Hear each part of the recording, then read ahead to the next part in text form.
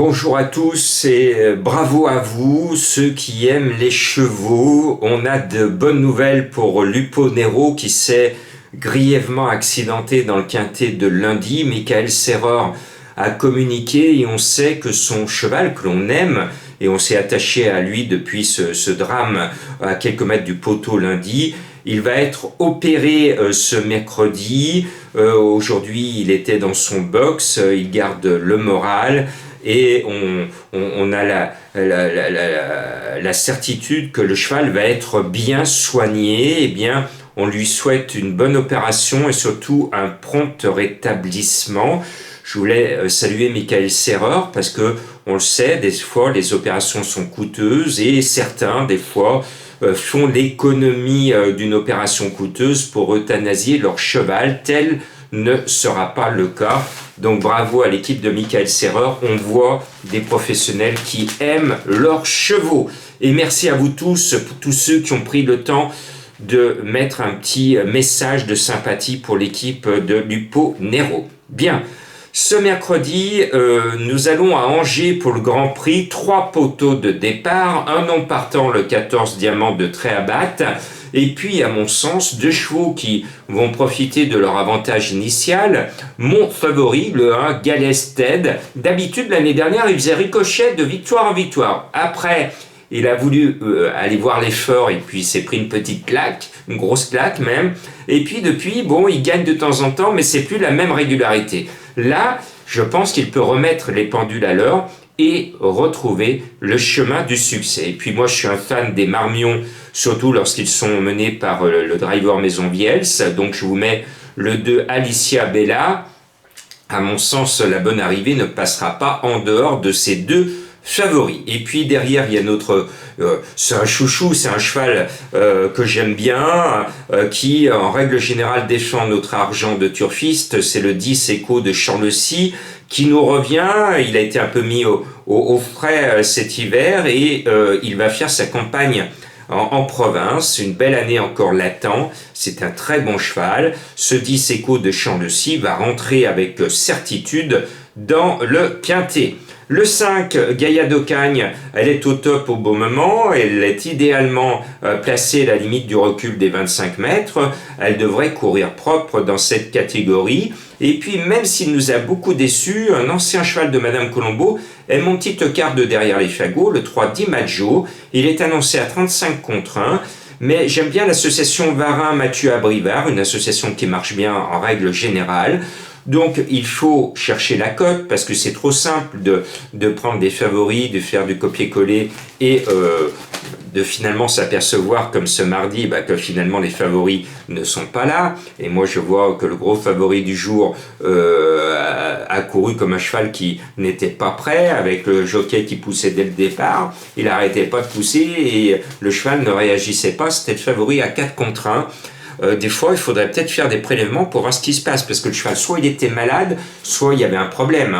Le favori, regardez la course dès le départ, le jockey, il est à l'ouvrage, le cheval, il a rien, il essaie de le pousser, le cheval ne répond pas, il pousse. Pendant tout le parcours, il a poussé le pauvre, il a dû perdre. Le jockey, il a dû transpirer fort sur le favori du jour. On ne peut pas lui reprocher de ne pas avoir défendu notre argent, mais le cheval n'était pas bien. Alors, quand on vous voit avant le départ, quand un cheval n'est pas bien, ça se voit avant d'aller aux boîtes. Donc dans ce cas-là, quand je m'adresse au jockey professionnel, quand vous voyez que votre cheval n'est pas bien, surtout quand il est favori du public, vous posez les mains et vous, avant le départ, et vous dites au starter, je pars pas parce que je sens que mon cheval n'est pas bien.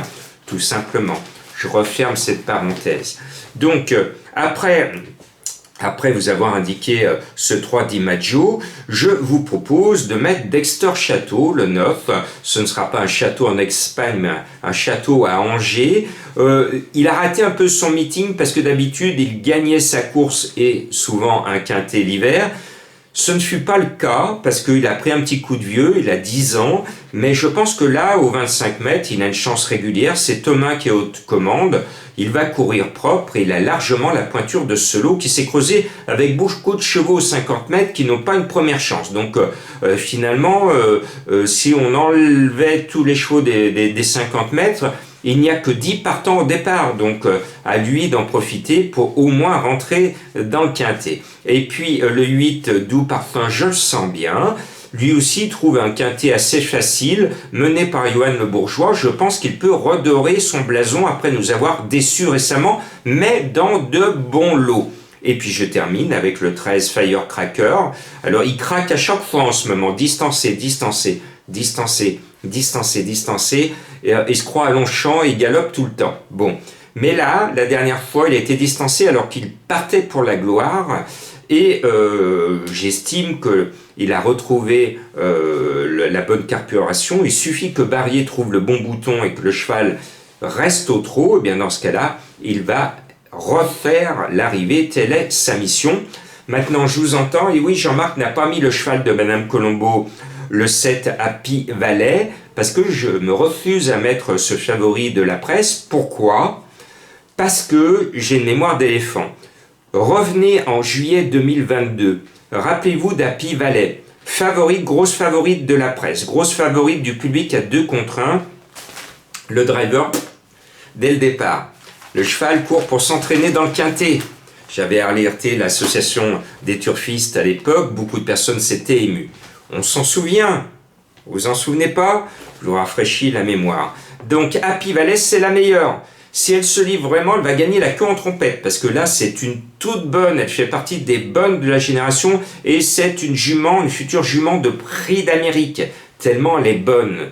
Donc voilà, simplement, elle n'est pas en mode course, elle reste ferrée des 4. Ça veut dire que, normalement, quand un entraîneur, comme c'est un bon cheval, et qui reste ferré des 4, ça veut dire qu'il attend. Il attend le coup suivant. Et je sais qu'il y a un coup suivant au mois d'avril. Donc, je prends un risque énorme de ne pas mettre la meilleure du lot parce que vous avez été ruiné au mois de juillet dans une situation similaire et que j'ai crainte, j'ai peur qu'on revive le même scénario. Donc, on verra. Si elle n'est pas là, je vous aurais prévenu, et si elle est là, je vous aurais prévenu aussi que c'est la meilleure du lot. Donc à vous de voir, mais moi je suis donneur d'alerte, je dois vous dire que cette course pour Happy Valley, cette course n'est pas son objectif, et là vous savez tout. À vous de prendre la décision de mettre ou de ne pas mettre. That is the question.